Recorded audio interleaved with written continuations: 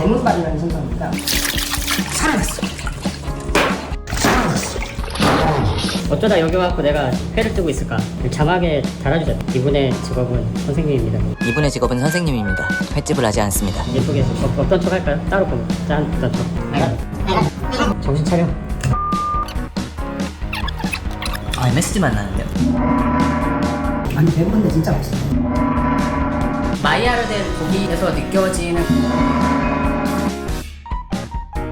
이번에 준비된 생선은 뭘까요? 오늘 생선은 홍발입니다. 홍발이요. 네, 홍발이도 뭐 어느 정도 소개된 점이 있긴 하지만 배에서 바로 깔끔하게 심해를 했기 때문에 굉장히 깔끔한 색깔을 유지하고 있습니다. 원래 홍발이 같은 경우에 시간이 지나면 살색이 좀 거뭇거뭇하게 변해서 예쁘지가 않거든요. 이 녀석이 낚시로 잡아온 바로 오늘 영상의 그 홍발인데요. 이것도 아마 모르시는 분들이 많으실 듯하니 잠깐 설명 좀 하고 갈게요. 이전 영상에서 소개한 대문발이처럼 무슨 발이란 이름을 가진 발이과의 어종입니다. 빨간 발이라고 이름도 홍발인데 비슷한 명칭의 북발이는 아마 잘 아실 거예요. 불그스름하단 점은 북발이와도 닮았지만 홍발이는 몸에 반점이 없습니다. 그 대신 몸통에 이런 가로 줄무늬를 갖고 있는 게 특징이죠. 그리고 이 줄무늬의 형태는 능성어와 아주 비슷해요. 같이 보니 정말 그렇죠? 그래서 홍발이의 일어명도 빨간 능성어라는 의미의 아까아타예요. 어쨌든 이 홍발이는 생김새답게 따뜻한 물을 좋아하는 아열대성 어종입니다. 해서 국내에선 주로 제주 지역에 분포하는 종이죠. 그래서 맛은 어떠냐고요?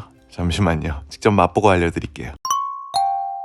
어쨌든 낚시로 잡자마자 피를 빼서 올라온 홍발이는 깔끔하게 전처리를 거친 뒤 숙성몬에 손길을 거쳐 3일간 숙성 후 한 달 반을 냉동했습니다. 그리고 오늘 이렇게 말끔한 모습으로 만나보게 됐네요. 이것도 마찬가지로 미리 준비한 해동용액에 담가주면 끝! 네, 홍발이도 이렇게 넣어서 해동을 하면 됩니다. 여기서 끝이 아닙니다. 오늘은 뭐가 또 있네요. 이번 생선은 또 뭔가요? 이번 생선은 촉수어인데요.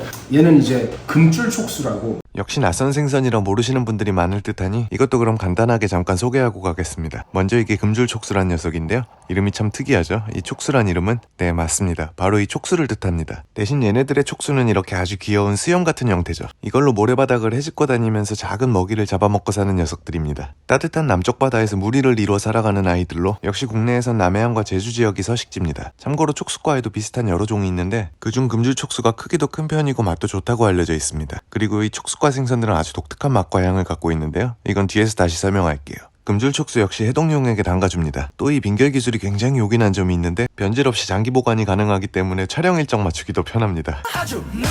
이 빙결 숙성 기술 덕에 림꼬또님 냉동고에 이상한 것들이 정말 엄청나게 많은데요. 지금도 순서를 기다리는 아이들이 많으니 기대하셔도 좋습니다. 자, 이제 해동이 어느 정도 다 된 것 같네요.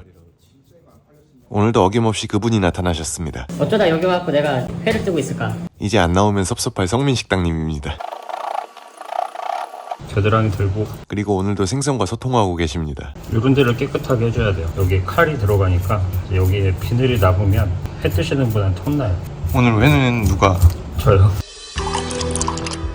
근데 어딘가 칼이 잘 안 드는 듯한 기분이.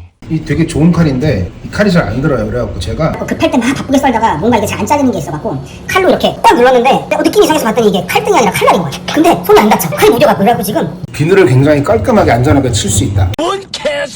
껍질에 전혀 손상이 가지 않고 있어요. 자, 가자. 그럼 이제 본격적으로 회를 떠보겠습니다. 역시 차분하고 꼼꼼한 성민식당님이에요. 원래 이쪽 일을 하셨던 건가요? 아니요, 전혀 상관없는.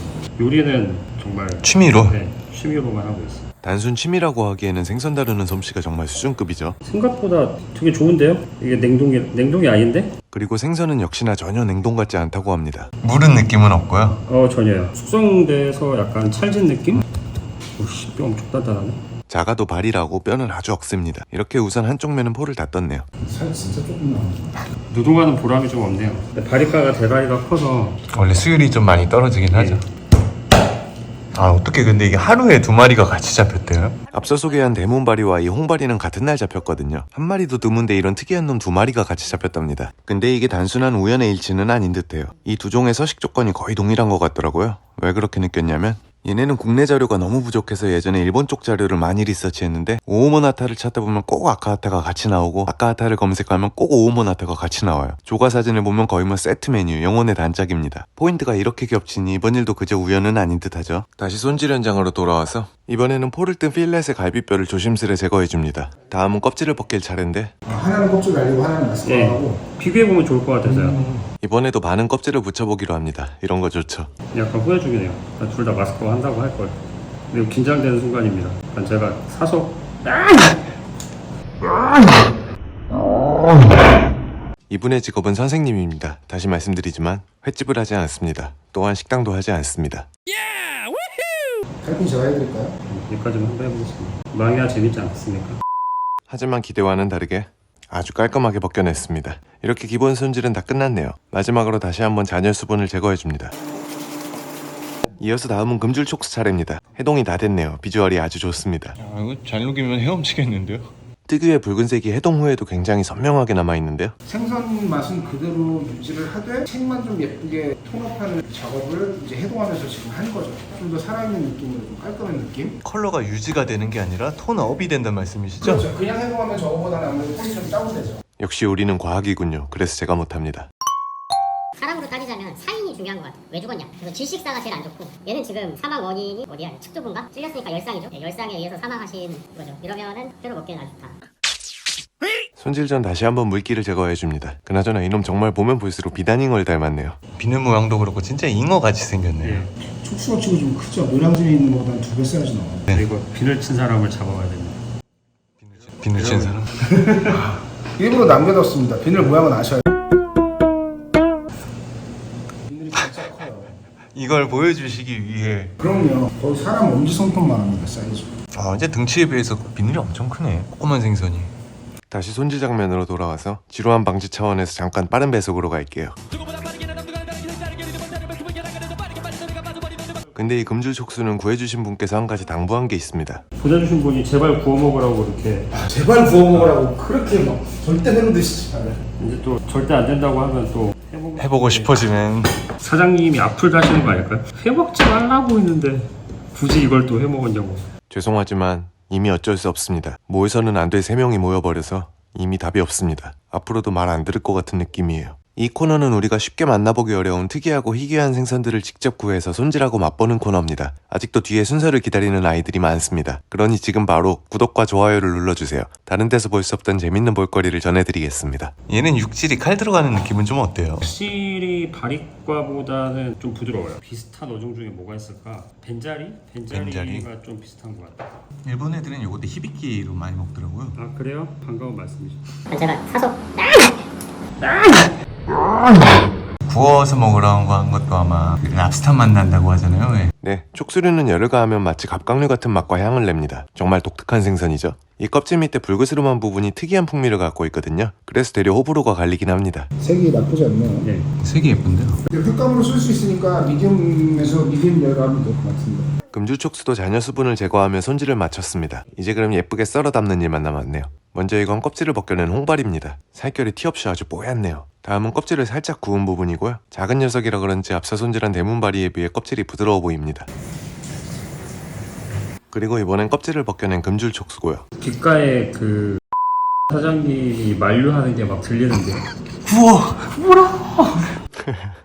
근데 이렇게 예쁜 비주얼의 생선살을 어떻게 회맛을 안 볼 수가 있겠습니까? 정말 빛깔이 예쁘게 생겼죠? 이렇게만 봐도 육질이 부드러운 게 느껴집니다. 꼭 말랑말랑한 떡 사는 걸 보는 듯도 싶네요. 껍질 쪽을 살짝 구운 금줄 촉수입니다. 많진 않지만 기름기가 녹아나와 반들반들해졌어요. 껍질이 연한 듯 칼이 잘 들어가네요. 썰리는 모양새도 정말 뭔가 몰캉몰캉 쫀득쫀득해 보이지 않나요? 계속 보고 있으니 이상하게 기분이 좋은데요. 이렇게 플레이팅까지 모두 마쳤습니다. 먼저 이건 민결의 영상에도 나왔던 생고등어입니다. 이건 껍질을 살짝 구운 홍발이고요. 이것도 빈결입니다. 금태예요. 조금만 걸어서. 이건 금줄 촉수고 껍질을 벗겨낸 겁니다. 이것도 금줄 촉수인데 껍질을 붙여 살짝 구운 거죠. 껍질을 벗긴 홍발입니다. 유일하게 색이 없네요. 색감이 정말 너무 좋은데요. 화사한 구성입니다. 이만하면 회는 준비가 모두 끝났네요. 그리고 금줄 촉수 반쪽은 구워 먹기로 했어요. 기름이나 팬 같은 것 없이 토치 하나면 충분하다고. 이제 안 나오면 섭섭한 흰옥기도 맛 하는 모습.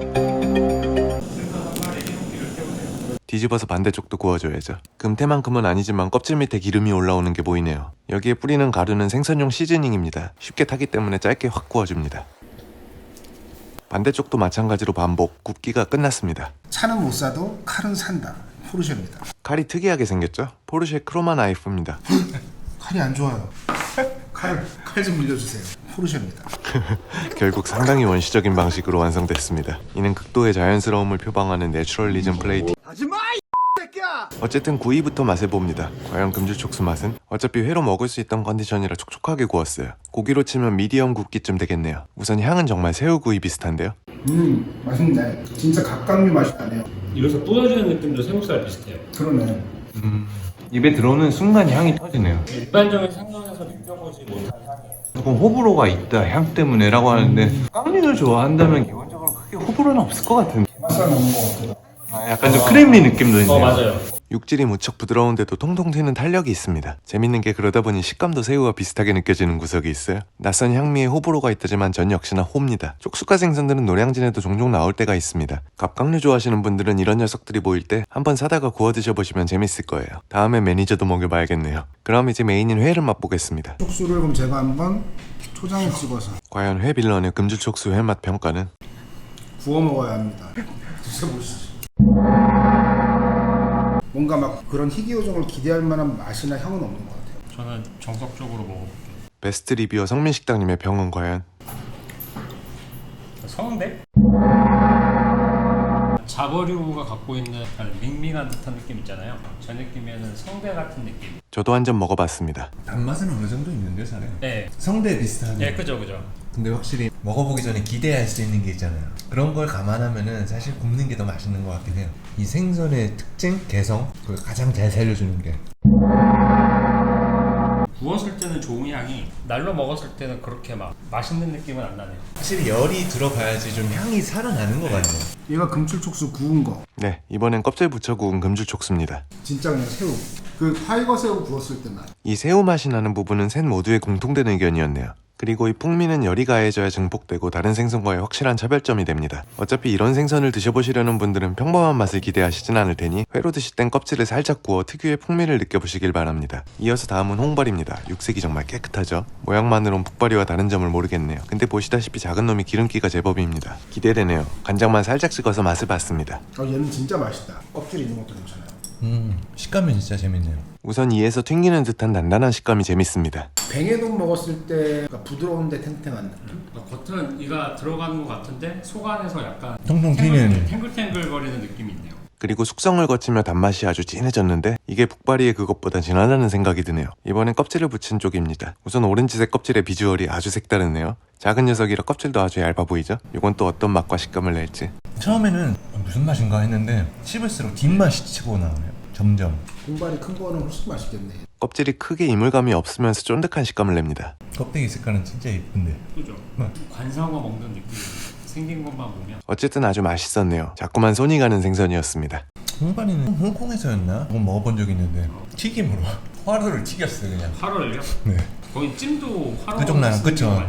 그 특성이 거의 안 생기지 않습니까? 그렇긴 해요. 하물며 걔네 같은 경우에는 막 소스를 끼얹어서 나오니까 약간 탕수처럼 통으로 튀겨가지고 그러면 사실 뭐 무슨 생선인지도 알기도 힘들죠. 라프라프도 튀김 맛있잖아요. 맞아요. 라프라프. 고등어에 홍고등어. 돌고 돌아 다시 꽃도의 부엌 베스트셀러 고등어입니다. 초장을 다 뚫고 그 고소한 향이 올라와. 진짜 한번 드셔보세요. 오늘 깜짝 놀랐네. 참치 대뱃살 씹으면 근막이 느껴지면서 기름이 주룩주룩 나오잖아요. 맞아. 그 느낌이에요. 고등어에서 참치 뱃살 먹는 느낌이라. 오이니까 맛있네요. 그죠? 향이 좋아지네요. 지금 홍바리에 금귤 족수 먹고 다시 고등어 먹었더니 아 고등어 맛있다. 금태입니다. 금태. 금태마저 초장에 담가버리는 회빌런. 그는 대체 물에 먹는 느낌이에요. 진짜 물에 먹나요? 아무것도 안 넣고.